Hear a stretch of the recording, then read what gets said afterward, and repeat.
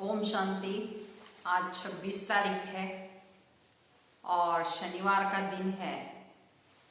तो आज सारा दिन मैं पुण्यात्मा हूँ इस स्वमान का अभ्यास करेंगे और सारा दिन ये लक्ष्य रखेंगे मुझे कोई न कोई श्रेष्ठ कर्म पुण्य कर्म करना है।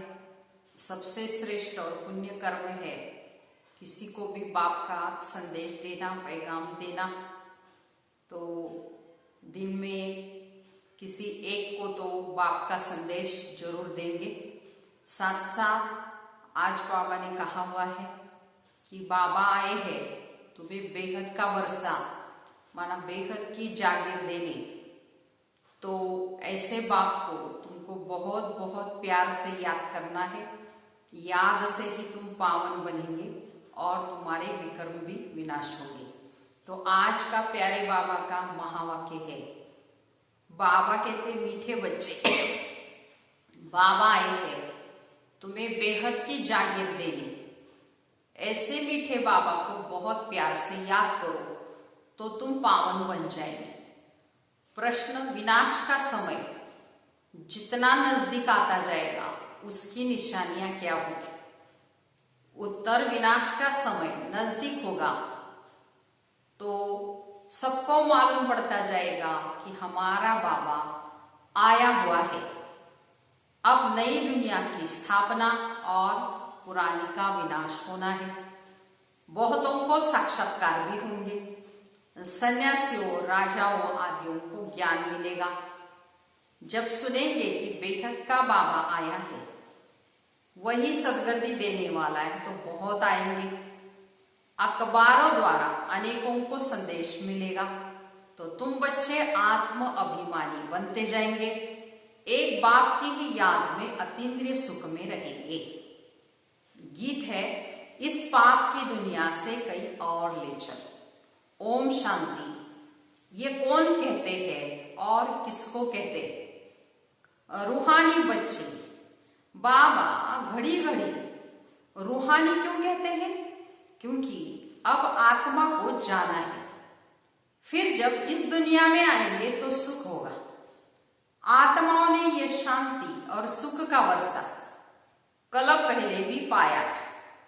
अब फिर यह वर्षा रिपीट हो रहा है। रिपीट हो तब सृष्टि का चक्र भी फिर से रिपीट हो। रिपीट तो सब होता है ना। जो कुछ पास्ट हुआ सो रिपीट होगा।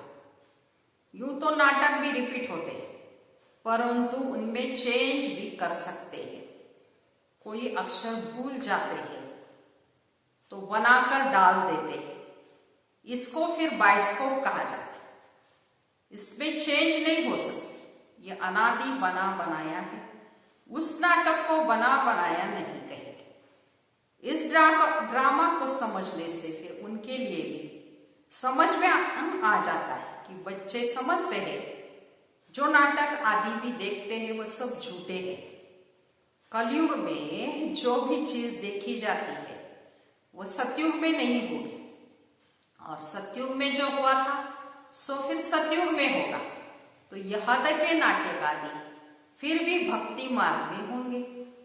जो चीज भक्ति मार्ग में होती है वो ज्ञान मार्ग अर्थात सतयुग में नहीं होती।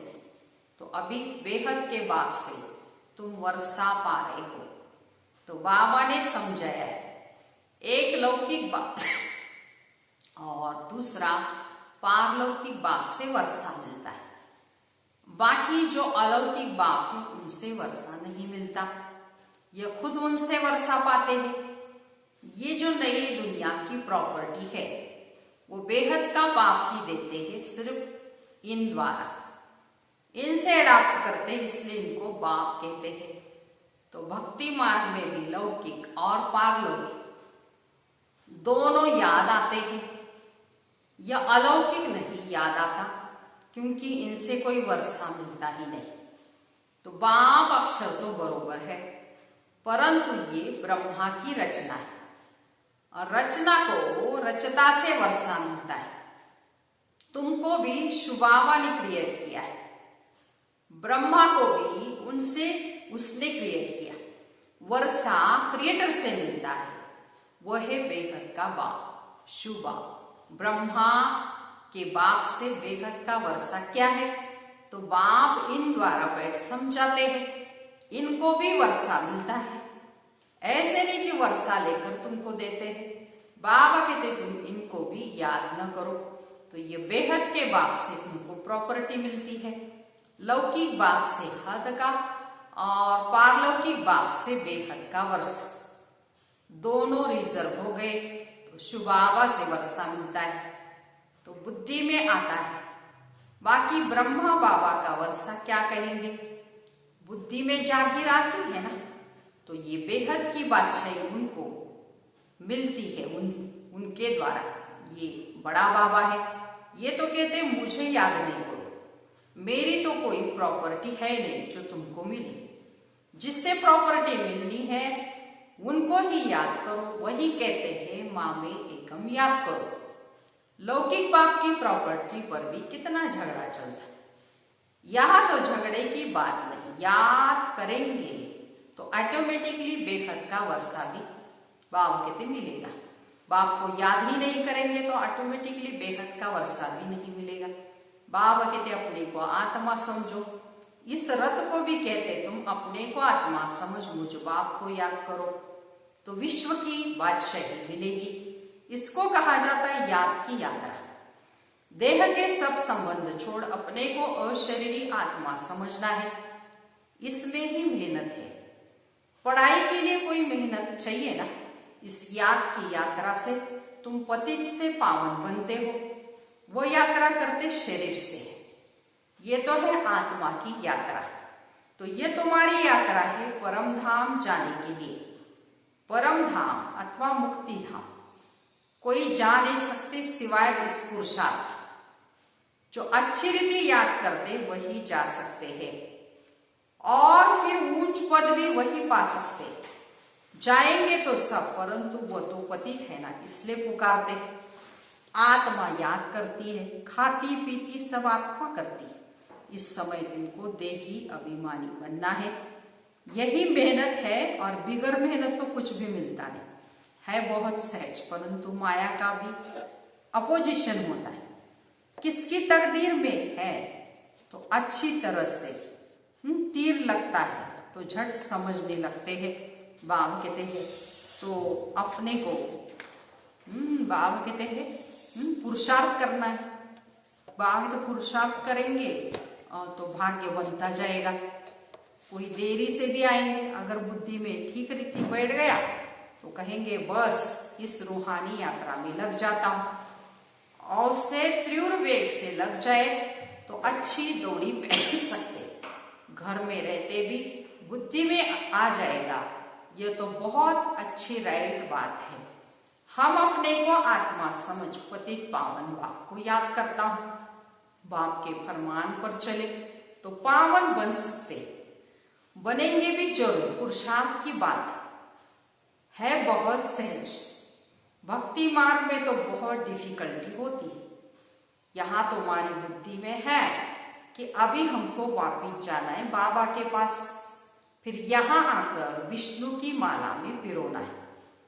माला का हिसाब करें, माला तो ब्रह्मा की भी है, विष्णु की भी है और रुद्र की भी। तो पहले पहले नई सृष्टि की ये है ना, बाकी सब पीछे आते, गोया पिछाड़ी में पिरोते हैं। कहेंगे तुम्हारा ऊंच कुल क्या है, तुम कहेंगे विष्णु का कुल।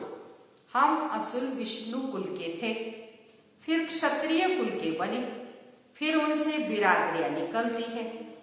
इस नॉलेज से तुम समझते हो बिरादरियां कैसे बनती है। तो पहले पहले रुद्र की माला बनती है, ऊंच से ऊंच बिरादरी है। बाबा ने समझा ये तुम्हारा बहुत ऊंच कुल है। ये भी समझते सारी दुनिया को पैगाम जरूर मिलेगा। जैसे कई कहते भगवान जरूर कहाँ आया हुआ है, परंतु पता नहीं पड़ता। आखिरी में पता तो लगेगा सबको, अखबारों में पढ़ता जाएगा। अभी तो थोड़ा डालते हैं, ऐसे नहीं कि यह अखबार सब पढ़ते हैं। लाइब्रेरी में भी पढ़ सकते, कोई 2-4 अखबार भी पढ़ते हैं और बिल्कुल कोई पढ़ते भी नहीं। ये सबको मालूम पड़ना है कि बाबा आया हुआ है और विनाश का समय नजदीक होगा तो मालूम पड़ेगा। नई दुनिया की स्थापना और पुरानी का विनाश होना है। हो सकता है बहुतों को साक्षात्कार भी हो। तुम्हें सन्यासियों, राजाओं आदियों को ज्ञान देना, बहुतों को पैगाम मिलना है। जब सुनेंगे बेहद का बाप आया है, वही सदगति देने वाला है, तो बहुत आएगी। अभी अखबार में इतना दिल पसंद कायदे मुजीब निकलता नहीं है। कोई निकल पड़ेंगे, पूछताछ करेंगे तो बच्चे समझते हम श्रीमत पर सतयुग की स्थापना कर रहे हैं। तुम्हारी ये नई मिशन है। तुम हो ईश्वरीय मिशन के ईश्वरीय भांति। जैसे क्रिश्चियन मिशन के क्रिश्चियन भांति बन जाते हैं, तो तुम हो ईश्वरीय भांति। इसलिए गायन है, अतीन्द्रिय सुख गोप गोपियों से पूछो जो आत्म अभिमानी बने हैं। एक बाप को याद करना है, दूसरा न कोई। ये राज एक बाप ही सिखाते, वही गीता का भगवान है। सबको यही बाप का निमंत्रण व पैगाम देना है। बाकी सब बातें हैं ज्ञान का श्रृंगार। ये चित्र सब है ज्ञान का श्रृंगार, न भक्ति का। तो ये बाप ने बैठ बनवाए मनुष्यों को समझाने के लिए। ये चित्र आदि तो प्रायलोक हो जाएंगे, बाकी ये ज्ञान आत्मा में रह जाता है। बाप जो भी ये ज्ञान है, बाबा कहते हैं ड्रामा में नूंद है। तुम अभी भक्ति मार्ग पास कर ज्ञान मार्ग में आए हो, तो तुम जानते हो हमारी आत्मा में ये पार्ट चल रहा है। नूंद थी जो फिर हमसे कहते फिर से राजयोग सीख रहे बाप के द्वारा। बाप को ही आकर यह नॉलेज देनी थी। आत्मा में नूंद है, वहां जाए पहुंचेंगे, फिर नई दुनिया का पार्ट रिपीट होगा। आत्मा के सारे रिकॉर्ड को इस समय तुम समझ गए, शुरू से लेकर फिर यह सब बंद हो जाएगा। भक्ति मार्ग का पार्ट भी बंद हो जाएगा। फिर जो तुम्हारी एक्ट सतयुग में चली होगी वही चलेगी। क्या होगा ये बाप नहीं बताते। जो कुछ हुआ होगा वही होगा। समझा जाता है सतयुग है नई दुनिया। जरूर वहां सब कुछ नया, सतो प्रदान और सस्ता होगा। जो कुछ कल्प पहले हुआ था वही होगा। देखते भी है इन लक्ष्मी नारायण को कितने सुख है। हीरे जवाहरात धन बहुत रहता है। धन है तो भी वहां कहते हैं सुख भी है। यहाँ तुम भेंट कर सकते हो, वहां नहीं कर सकेगी। यहाँ की बातें वहां सब भूल जाएंगे। ये है नई बातें जो बाप ही बच्चों को समझा। आत्माओं को वहां जाना है जहां कारोबार सारी बंद हो जाती, हिसाब किताब चुप्त होता है, रिकॉर्ड पूरा होता है। एक ही रिकॉर्ड बहुत बड़ा है। कहेंगे फिर भी आत्मा इतनी बड़ी होनी चाहिए, परंतु नहीं। देखो इतनी छोटी आत्मा में 84 जन्मों का पाठ। आत्मा भी अविनाशी है, इसको सिर्फ वंडर ही कहेंगे। ऐसे आश्चर्यवत चीज को और कोई हो न सके। बाबा के लिए तो कहते सत्युग त्रेता के समय विश्राम में रहते हैं। हम तो ऑलराउंडर पार्ट बजाते हैं। सबसे जास्ती हमारा पार्ट है, तो वो बाप वर्षा भी ऊंच देते। कहते 84 जन्म भी तुम ही लेते हो। हमारा तो पार्ट फिर ऐसा है जो और कोई बजा न सके। वंडरफुल बातें ये भी वंडर है जो आत्माओं को बाप समझाते हैं। आत्मा मेल फीमेल नहीं है। जब शरीर धारण करती है तो मेल फीमेल कहा जाता है। आत्माएं सब बच्चे हैं तो भाई भाई हो जाती है। भाई भाई है जरूर वर्षा पानी के लिए। तो आत्मा का बाप बच्चा है ना, तो वर्षा लेते बाप से, इसलिए मेल ही कहेंगे। सब आत्माओं का हक है बाप से वर्षा लेने का।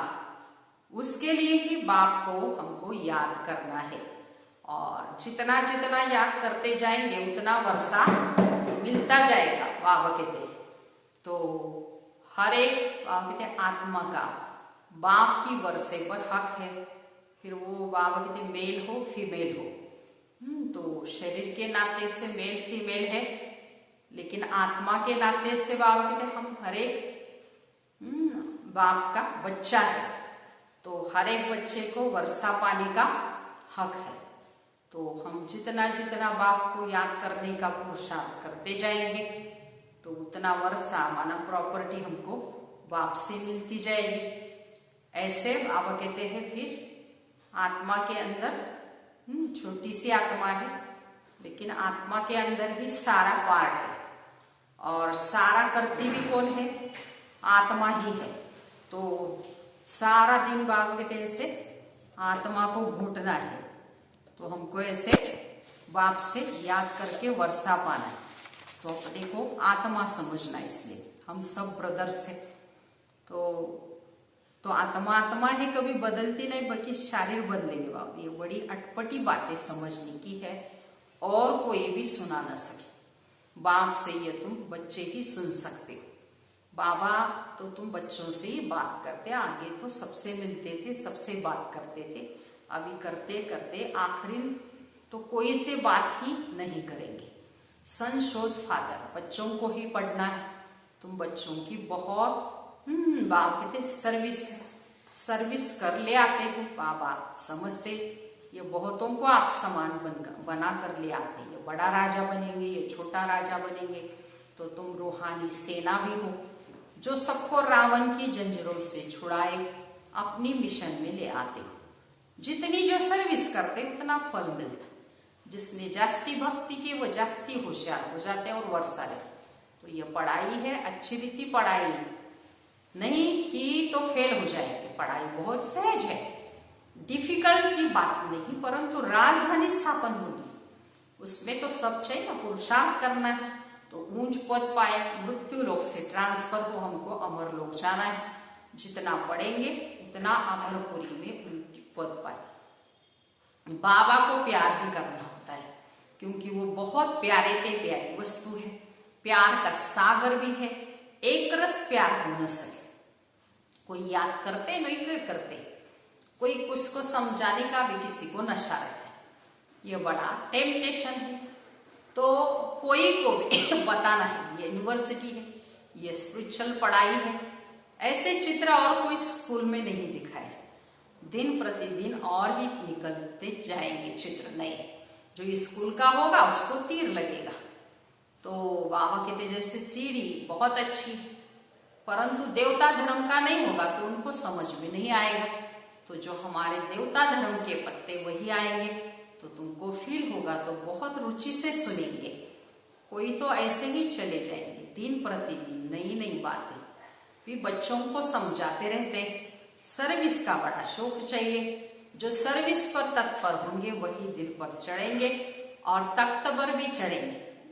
आगे चल तुमको सब साक्षात्कार होते रहेंगे, उस खुशी में तुम रहेंगे। दुनिया में तो हाहाकार बहुत होना है, रक्त की नदियां भी बहनी है। बहादुर सर्विस वाले कभी भूखे नहीं मरेंगे। परंतु यहाँ तो तुमको अभी वनवास में रहना है, सुख वहां मिलेगा। कन्या को तो वनवास में बिताते हैं, ससुर घर जाकर खूब पहना है। तुम भी ससुर घर जाते हो तो नशा रहता है, वह है ही सुखदाम। अच्छा मीठे मीठे सिकिलते बच्चों प्रति माता पिता बाप दादा याद प्यार और गुड मॉर्निंग। रूहानी बाप की रूहानी बच्चों को नमस्ते। हम रूहानी बच्चों की रूहानी माता पिता बाप दादा को याद प्यार, गुड मॉर्निंग और नमस्ते। बाबा कहते हैं सारा दिन ये चिंतन करता रहना है कि हम आत्मा है और आत्मा में ही सब कुछ पार्ट भरा हुआ है। तो अभी धारणा के लिए मुख्य सार सुनेंगे। पहली पॉइंट है, माला में पिरोने के लिए देही अभिमानी बन तीव्र वेग से याद की यात्रा करनी है। बाप के फरमान पर चलकर पावन बनना है। दूसरी पॉइंट, बाप का परिचय दे, बहुतों को आप समान बनाने की सर्विस करनी। यहाँ हमको अभी 1 माह में रहना है। अंतिम आहाकार की सीन देखने के लिए महावीर बनना है। आज का वरदान, हर कर्म में फॉलो फादर कर, स्नेह का रेस्पॉन्ड देने वाले तीव्र पुरुषार्थी भव। जिससे स्नेह होता है उसको ऑटोमेटिकली फॉलो करना होता है। तो सदा याद रहे कि हम ये कर्म जो कर रहे हैं ये फॉलो फादर है। अगर नहीं है तो स्टॉप कर दो।